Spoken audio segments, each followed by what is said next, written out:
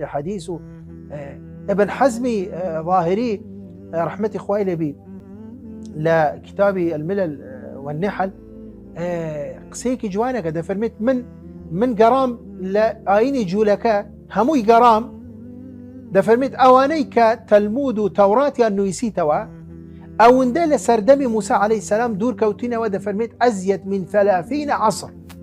دەفەرمێت زیاتر لە 30 عصر 30 سەردەم ئەوانەی کە تەورات و تەلمودیان نوویسیتەوە زیاتر لە 30 سەردەم لە دوای سەردەمی موسى عليه السلام هاتوون ئەوجا دەڵێن موسى عليه السلام ئەوهای کرد ئەوها بوو ئەوها ڕۆیشت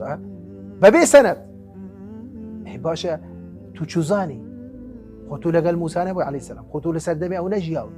30 سەردەم لە مەسافەیە لە نێوان تو لە نێوان ئەو هیچ باشە چۆن دەکرێت بڕوا بەو قسانە بکرێ بەبێ سەنەد ئەوجا دەڵێ کاتی کە گەڕامە سەر ئاینی مەسیحی بووم دەرکەوت لە هەموو ئاینی مەسیحی یەک حەدیثیان هەیە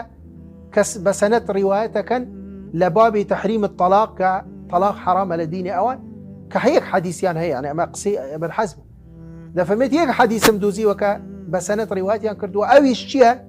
ئەویش دەڵێت یەک لە ڕاویەکان کەذابە دروزنە یەک لە یعنی خۆزگا ئەو سەنەدەش هەر نەبوو سەنەدی لو چییە؟ ئەو حەدیثەی ڕاویەک دروزن بی لایەمە موضوعە هەلبەسراوە درووە ئەسڵەن هەر دروست نییە هەر لەسەر زاری ئێمە بێتە دەرێ ئللا لە حالەتێک بەوەی کە ئێمە خەڵک ئاگادار بکەینەوە بڵێن ئەم حەدیثە